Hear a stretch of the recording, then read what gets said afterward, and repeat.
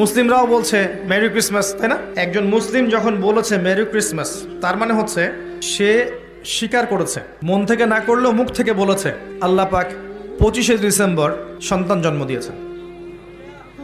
বুঝি না আমরা কি বলি, অথচ এই কথা যদি আসমান সমূহ শুনতো, পাহাড় শুনতো, রিয়্যাক্ট করার ক্ষমতা পেত, ইখতিয়ার পেত, তারা নিজের অবস্থান থেকে সরে যেত। শোনেন, যখন নূহ আলাইহিস সালাম ছিলেন, তিনি মুসলিমই ছিলেন এবং তার ধর্মের নাম ইসলামই ছিল।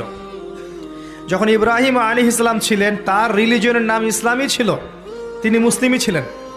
দাউদ, সুলাইমান, ঈসা, মূসা, শুআয়ব, হুদ, সালেহ, মুহাম্মদ সাল্লাল্লাহু আলাইহি ওয়াসাল্লাম, কোনো নবী মুসলিম ছাড়া অন্য কিছু ছিলেন না।